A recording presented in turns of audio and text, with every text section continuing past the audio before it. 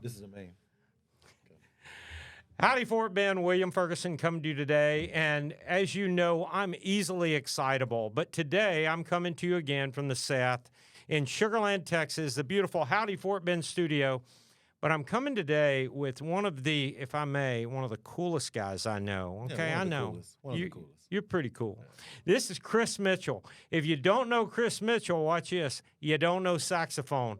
Because Chris Mitchell is all about saxophone. He's all about music, and his story is incredible. So if you're in a difficult place in your life, I want you to listen up for the next 10 minutes to this inspirational story, and I think you're going to find some hope, and I think you're going to want to move on and work hard, and one day, just maybe, you're going to be as cool as Chris. So, Chris, welcome to our studio. Thanks for having me, man. Oh, my goodness. It's so good to have you. I know. It's been a long time coming, so we're finally here. We're finally here. You're wearing the coolest hat I know. I remember. Yeah. Austin, Texas, baby. Oh, my goodness. I'm from Houston, but I got to have Austin as a company called Troubadour Customs. And what you do is you tell them the story of your life, and they put everything about that in this hat. So every detail has something to do with my career and my life. Well, I'll tell you, guys, you wouldn't know this, but I was with Chris down at we were serving the veterans in Houston, the homeless veterans in Houston, and I looked at Chris, and I was just kind of joking around because I'm a hat guy. I said, hey, can I have that hat? And he said, no, you can't have that hat. Not this one. Yeah, and then you described why. It's your life story. It's my life story. I mean, so. Listen to this, guys. Right. So if you look right here, this pebble, this turquoise pebble represents the restaurant that I was discovered at named Turquoise. And I would play out there. We'll get into that. We'll get into those details. Yes. And then the feather, which was a full feather, but, after time, it's kind of withered away. Right. But the feather represents that, the sky is the limit. And then you have these music notes right here. Beautiful. These three music notes are the first three music notes I learned how to play, which that song was Amazing Grace. I played it in church. Yeah. So you whip it around. This stick represents peace and blessings. This is the year 2011, and that is when I started performing at that restaurant, playing on the street, and we'll get into that. And then this is my favorite Bible verse, Habakkuk 2:2, and that's on there as well. So the band, reason why it's not going all the way around, I see that. Lets you know that life is not perfect, right? And then, of course, Gator, and I just like the attitude and confidence of a Gator. That's true. And then you have the two bands that go around as well. So it's how about the notches on the front? Oh yeah. Let me tell you about the notches. There's so many details about the hat. I forget sometimes. The three notches represents when I joined a fraternity. I was the number 3 in that fraternity. So you put it right here. Man, that is a beautiful hat. So I still want it. So yeah.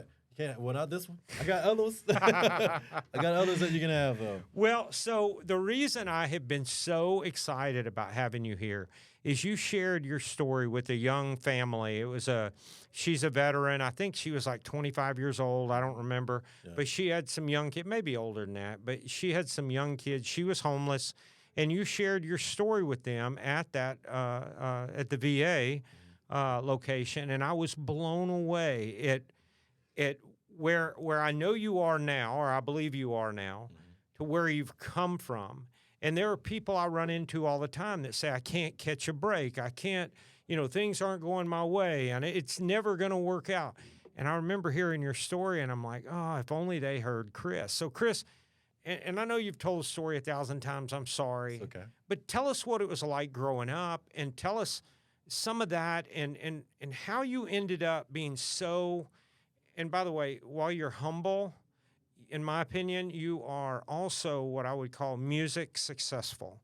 And so tell us how you got there. Well, buckle up, because this is about to get interesting. That's it. All right, so I come from a musical family. Dad was a pastor. Mom was the first lady of the church. Brothers and sisters, all singers, except me. I didn't get that blessing. But I'm really good at karaoke, though. So take me there. I'm good at karaoke. We could try some here. I just don't. You don't want me in it. So they're all playing instruments: drums, guitar, keyboard, piano. Clarinet. So I come from a musical family, and then I ended up playing drums, and I started doing that first, and then I joined band at school. 12 years old, technically 11 years old before my 12th birthday. And I ended up playing the tuba and the baritone. What school? Krista McCullough Okay. Middle School in Sorry. Missouri City. Okay. Yeah. And so I was playing the tuba and the baritone, but I couldn't get no girls with that. So 11 years old. Should have known. Should have known. So I ended up walking down the hall, the band hall one day, and I heard this guy playing this instrument. And I said, man, that sounds really good. I said, what is that? He goes, this is a tenor saxophone. I said, Wow. I got to have it. I want to play that instrument. So I go home, tell my mother, tell my sister. I say, hey, I want to play this instrument. They said, what is it? I said, saxophone. And my mother was like, well, we can afford a saxophone. Right. So my sister at the time, she was still serving in the military. She was in the Air Force. And so she took out a loan to get me that saxophone for my 12th birthday. And I promised her that I was going to make something of it someday. Wow. And I ended up teaching myself how to play. I will put CDs in a CD player and just try to emulate the sounds that I was hearing. And for those that are tuned in and young, if you don't know what a CD is, it's called a compact disc. They don't have any idea. It's about this size. Yeah. It's how we used music back in those days. And I would just try to emulate the sounds I was hearing. And then it took me 2.5 months, and that was my first performance, Amazing Grace, and these first 3 notes. Wow. It's embedded on my head. So that's how I got started. That's your music start. That's the music start. Okay. Yeah. Okay. And then I'm assuming it was just easy and downhill from there, right? Well, yeah, it was downhill, all right, because every Saturday morning, my mother, she would get a headache from all the musicians in the house because we're just banging on drums. I do not know how to play the saxophone efficiently at this time. Yeah. So it was all over the place. You have people singing and just driving her nuts, you know what I'm saying? But she stuck through it. And so as time went on, I went through school. I won every talent show. And I ended up going to school in college and studying general business and marketing. And while I was there, people would ask me, what are you going to do after you leave college? I said, well, I want to do music. That's what I want to do full time. I'm just here for a good time, really. Yeah. Literally. I was literally at Sam Houston State University. Yeah. I was here for a really good time. And I left Sam Houston during the recession. It was really tough, as you can imagine. Couldn't find a job for 2 years. So I went to, I got a phone call from one of my friends and said, hey, let's go to Sugar Land Town Square and just kind of walk around. Let's bring out saxophones. Let's just play around. I said, okay, cool. It's not like I got to go to work. It's because I don't have a job. So, right. So we go to Sugar Land Town Square. We're walking around, and we're playing some music. And I said, man, there's got to be some restaurants here that'll let us play. Sure. He's all right, let's go find some. And so as we're walking down the sidewalk, there's this guy playing this guitar and singing. I didn't know what language he was singing in.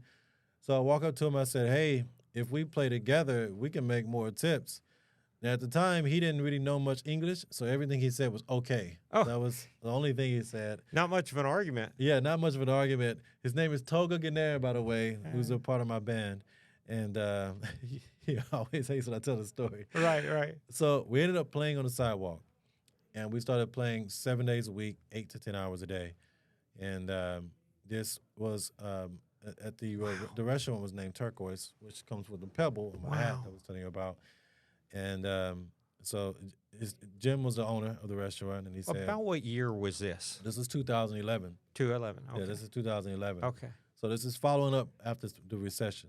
Okay. You know, so I spent those couple of years, came find a job, and then landed in the recession.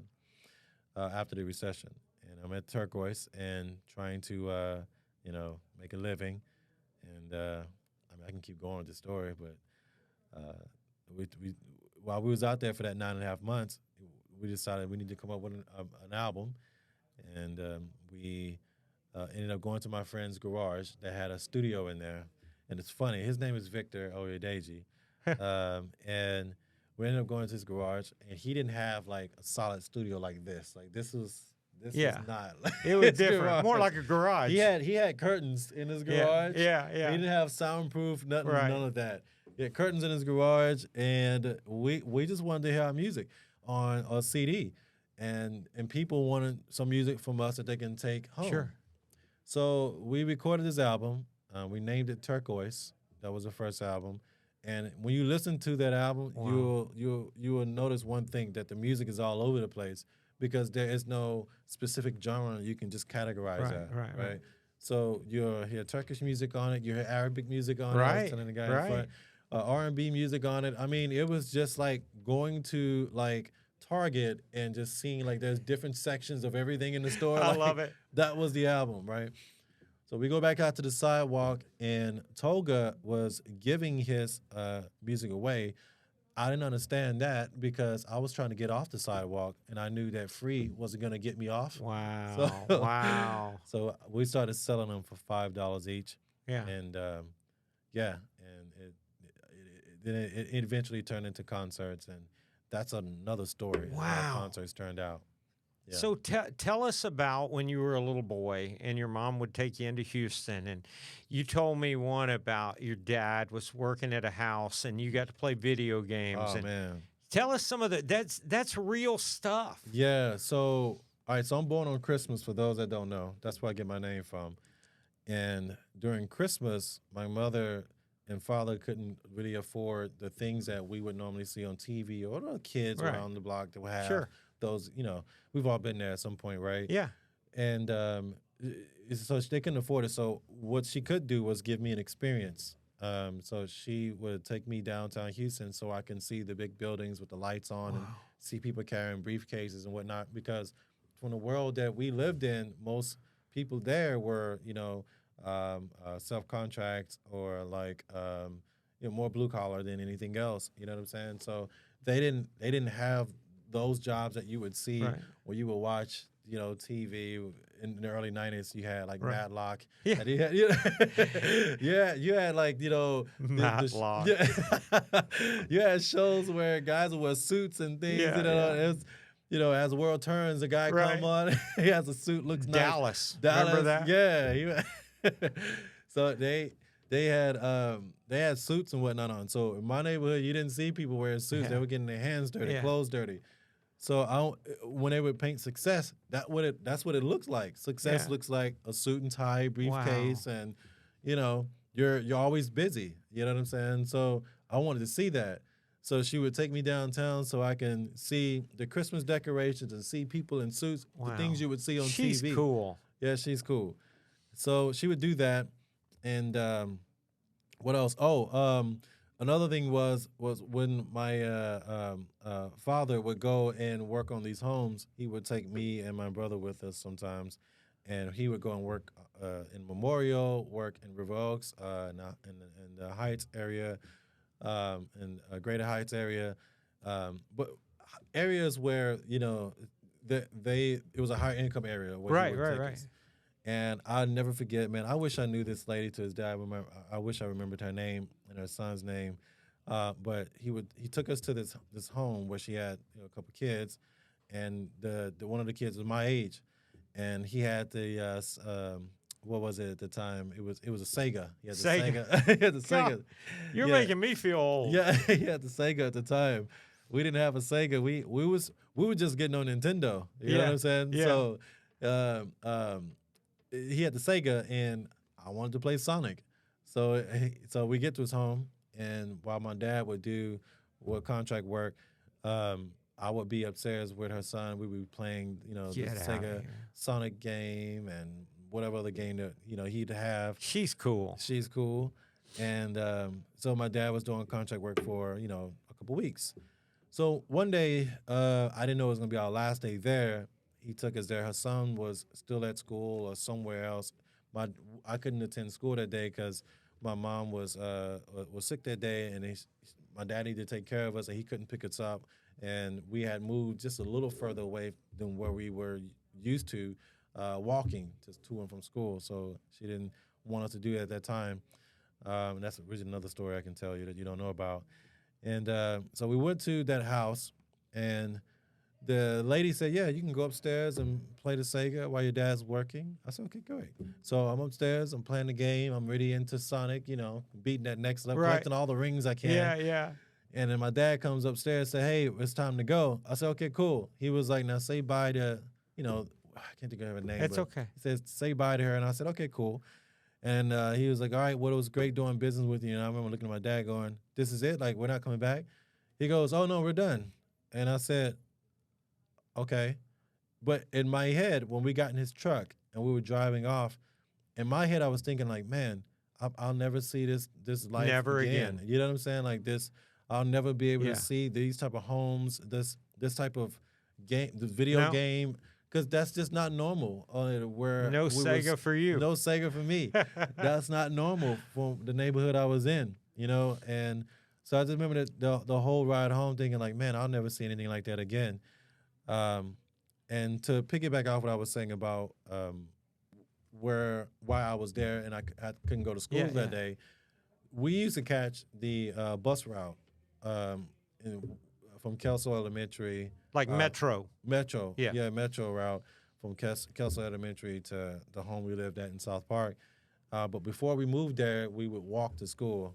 And I see memes and stuff on Instagram and Facebook and TikTok about how they say old heads, how they say we'll get to school. Yeah, and walk in the snow. Walk in the snow. Uphill. Uphill. I was one of those. Yeah. Even though you were in Houston. Even though I was in Houston, yeah. I just had to walk during the heat. Yeah, right. So, yeah. So that's why I missed school that day. So we had to catch the bus. And to fast forward to things, it gets to where I live now, right?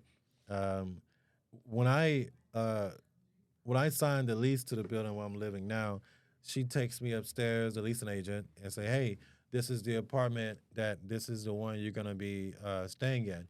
So I'm looking around the apartment, and I am, by the way, the easiest tenant because I bet. I go in because I don't spend much time at home anyway. Yeah. So when I go in, I'm not looking at every crevices or details. Right. I'm going like, okay, I can lay my head here. Right. I can sit here. Done.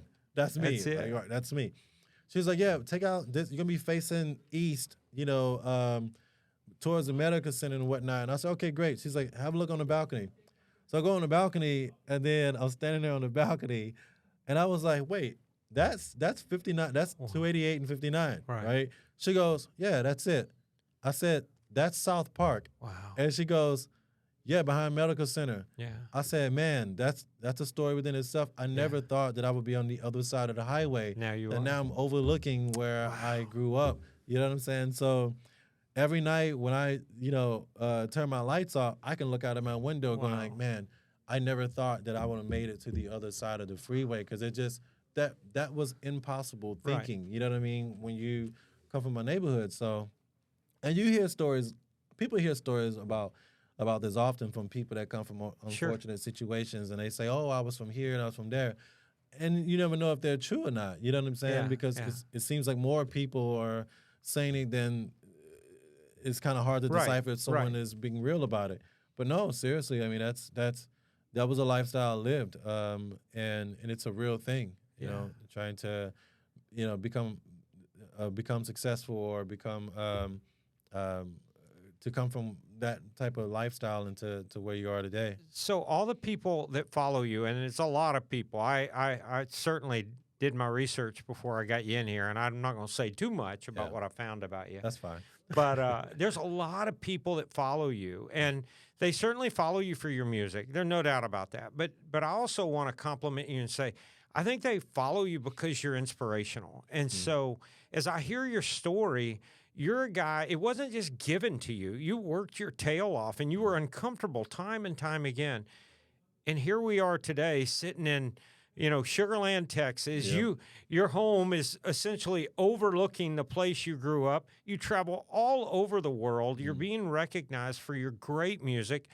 But I think it's more than that. I think that you have been recognized even today because of your great music, but because you're a great guy. And so your mom and your dad, you said something earlier and you skipped over it. You said she knew she could give you an experience. Yeah. And how many parents, and I can list a few, but how many parents think the experience is less important than the thing? Yeah, yeah. Yeah, you just said a mouthful. The experience is everything. It's everything, and it's people ask me like, what's your favorite country you visited, or where your favorite city, and I always tell them it's the people that I enjoyed it with the most that makes it why it's the best. Or one of my favorites or whatnot. It's the experiences I had, And my second album I recorded was called The Chris Mitchell Experience. Like Yeah. that was my second album, and I wanted to, because the music was gonna take care of itself, right? I tell people all the time, like when I'm on stage or when I'm recording music, my brain is off in La La Land. Like this is just muscle memory. Yeah, yeah. Like I'm on stage thinking about what I'm gonna eat after when I leave. I'm thinking about, oh, that's a cute girl over there. That's great. I'm thinking about, like, you know, the wildest things are going on in my head. love and while that. people are down there just enjoying themselves. Yeah. Like my brain is not even on the stage at this Wow. moment. So yeah, but the point is, I'm giving them an experience of a lifetime by entertaining them, by having them involved, you know, with the show and not just listening to the saxophone. So sure, I can go on stage and be, you know, and bring in some music technicality, but you wouldn't know that I'm up there doing like those type of scales and pentatonic scales, and I wouldn't have a clue. You wouldn't have a clue. Yeah. But what you're gonna remember is that, man, I went to a Chris show. He Right. brought me on stage to sing a karaoke song while he played sax, and Never he brought forget me it. and my wife on, and they danced. He played a song that we danced on our first dance, and yeah, he came off the stage and played for my mother. Like, I mean, things like that you're gonna remember for a lifetime. So And it is true. That's a gift that you do for people that they won't forget. Like, they won't forget that. No. hey, so you just said something about music and muscle memory. I don't know if this is a little off subject, but I think you'll appreciate it. So Glenn Campbell, country music superstar, I guess you'd refer to him as, and he suffered from Alzheimer's and ultimately lost his life to that. But if you've never seen his, I guess you'd call it a biography movie about his end, there's something about music that you'll pick up from it. He could not remember his daughter's name, literally. He could look at her and couldn't remember her name. But as soon as music was played, his mind would return for that temporary time he was playing music. And it was like he never lost it. That's how powerful music is. It is. So your muscle memory, you don't realize that's a real thing. It's a real thing. And his life plays it out. They had a display on the floor on the stage. They would sit him up, and he could read, and he would say, "I would like everyone to meet my daughter, Brittany. She's going to play with us today." Now he doesn't remember who she is, but he could read, and once the music started, he's on it. It was on it. Yeah. So that muscle memory, that's powerful. It's a real thing, man. Like there's plenty of times when I'm on stage and lots of people don't know this. I done forgot the song, and I am. Don't tell us that. I am playing "Mary Had a Little Lamb." I am playing like some Disney song. I mean, and people are like going, "Oh, that's so cool," and I'm like, "Yeah, I don't remember the second verse." Mixed it up. I mixed it up because I don't. That's great. I don't remember, and then but. Like, it just comes back to me, like, where I left off at, God. and then I pick back up on the song. So, See, we didn't know that. I love music, and I'm thinking, now I know the truth. Now you know the truth, yeah. You know, so I've been going to these Williams Smokehouse Barbecue and Blues lately, and I sit and listen to all these different artists, and some are certainly better than others. Yeah. And I listen to them all, and they'll mix up a song that I enjoy, and I'm thinking, now I know.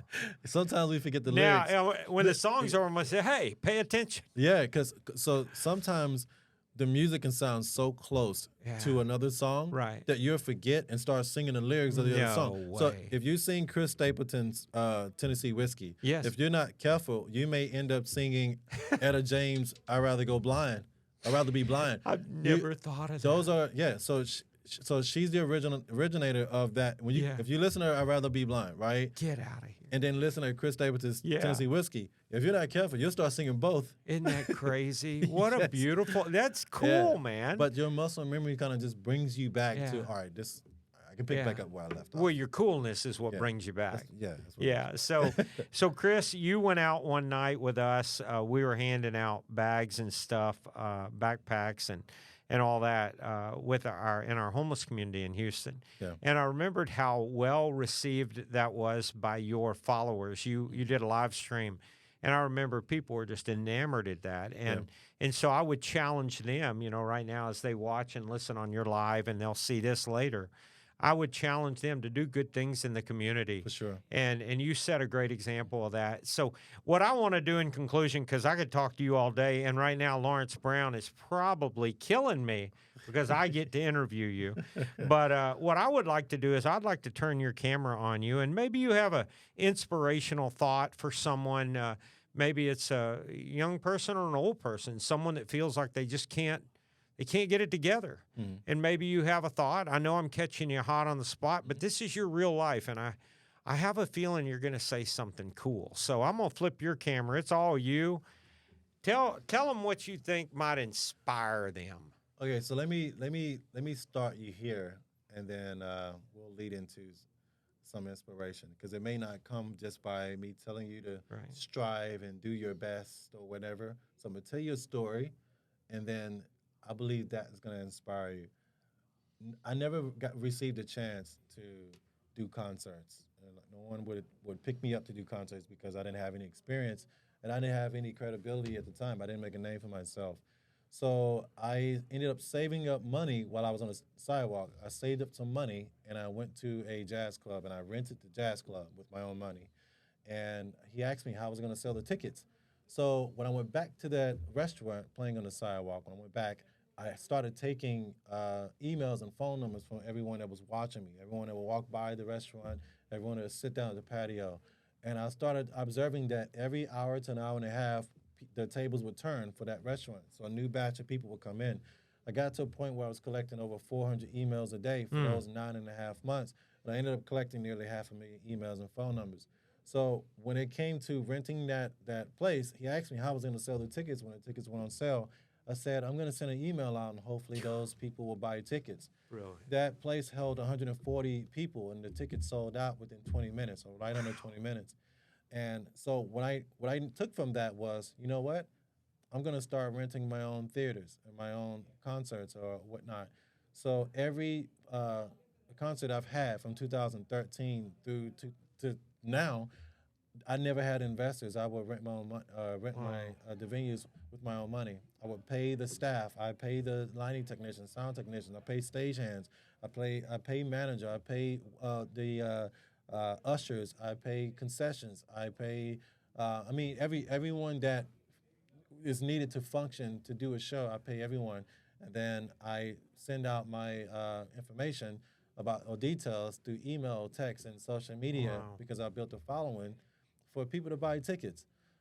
So the point of saying that is that if you're not getting the opportunity for someone to come in and just say, hey, I want to invest in you, or I want to take you places. If you're not getting that opportunity, you have to create it. And what better way than to create the opportunity than with yourself? My favorite Bible verse is under my hat. It's Habakkuk 2:2. And in that Bible, it says that if you write the vision and make it plain, and he who reads it will run to it, and even though it may take a long time, wait for it, for surely it will come. So to break that down, that's truly my life. So I wrote the vision. That means I made vision boards. I wrote down the vision. Means I made vision boards. I wrote down what I wanted to do. I wrote down the theaters or clubs I wanted to rent. And it said, make it plain. So I was very specific about the size of the venues, the band I needed, the people I needed to pay to make the show function, and the areas I wanted to perform in. They said, write the vision and make it plain so he who reads it. So I studied it. So I would go on Google, find those venues, find where they are, and then I would study the demographics. I would study the population of the city. I would study the population of people that have interest in the kind of music I do. And it says, write the vision, make it plain so he who reads it will run to it. Me running to it was basically I was just taking a leap of faith. I was striving to be better at playing saxophone. I was running out there to try to find people that would actually want to come and see me in concert. So I was basically chasing my dream. So again, write the vision, make it plain so he who reads it will run to it. And even though it may tarry, that means take a long time. Because while I was playing on the sidewalk, I was out there for a long time. I was out there for 9.5 minutes playing on the sidewalk, hoping that I would get my big break. And trust me, I was frustrated.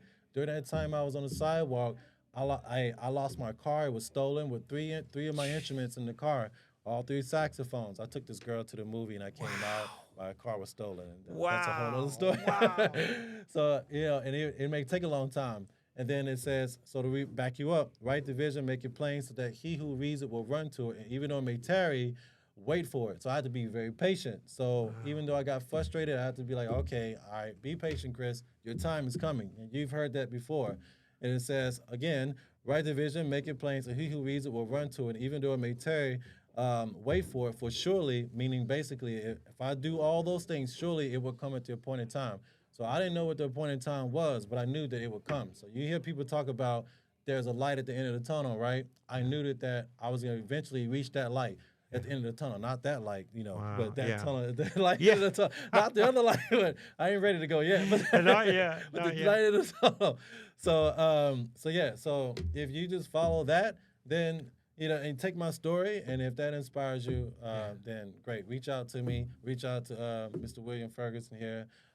Reach out to Howdy Fort Bend podcast, you know what I'm saying, express your gratitude. So thank you for having me. I truly appreciate this. Man, I love you. I love who you are. I love what your mom and dad and your community did to create such a great guy, a man of faith. You share it. You're real. Yeah. So, my blessing for you is I pray that you will continue to have the life that you seem to be really flourishing in and enjoying. I think people are inspired by you. I love your heart to serve. And really, the takeaway for me with you is, hard work ultimately will triumph. Just having that hard work focus. And, Kanal Seth, he's going to kill me for quoting him today without him being in here. But, he always talks about how you build a plan, but how you build your own value before your ask is the term he uses. And what you went out and did is you worked hard when it was really hard. Not that you don't work hard now, but you worked hard when it was hard. And then you asked people to listen and join you. And apparently it works because you did it. Yeah, that's the thing. I mean, when you start out, it'll be a rough patch, right? Like we all try to start a business and they tell you that a business can take up to 10 years before you start seeing profit and whatnot. So it is rough, and then it gets rougher because when you get to said point, now you have to maintain that. Yeah. You know what I'm saying? Yeah. So you have to maintain your relevance. You have to maintain your everything about you and your business. So it's rough out there, but I mean, what's on a war without risk? Yeah. You know what I'm saying? Yeah. So you just gotta keep at it. I mean, there's no better way to inspire someone than them to create their own experience. That's it. I can tell people for days, like, this is how you be successful, but that's not their story. Right. You have to create your own story. Like, I mean, I've had plenty of people that ask me, like, give me something inspirational. I say, you know what? Let me tell you my story. And then whatever your story is, maybe you can turn that into something positive too. But there's nothing that can be, in my belief, there's nothing that can be said that is going to be like, oh, that's it.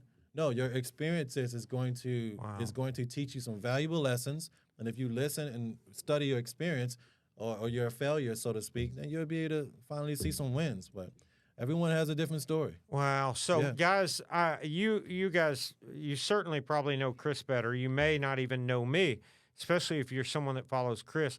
But I want you to realize, so to your story, to conclude this, to your story, we're currently in the city of Sugar Land. A lot of people may not know. I'm an elected official here in Sugar Land. I represent 120,000 people in this city. Wow. The city's the largest city in Fort Bend County. Yeah. We are, our median household income is the highest in the county. The revenue or the value of our property in Sugar Land is about 21% of the entire county. It's a beautiful thing. Wow. There's a reason I'm telling you all that. On our executive team right now, one of our council members and even our city manager at one time was homeless in their life. Yeah. And so there's I was left in Canada, right? And in Canada, I'm born in Houston. I'm left in Canada when I was a little boy with my family. My grandfather brought us back to Houston.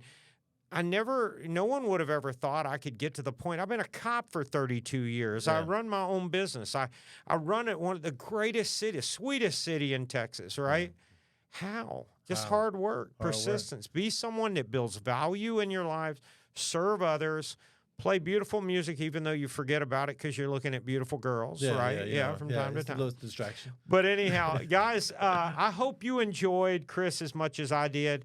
And I'm going to sign off like I always do, and that is Howdy Fort Bend, and we will see you again. Bye, y'all.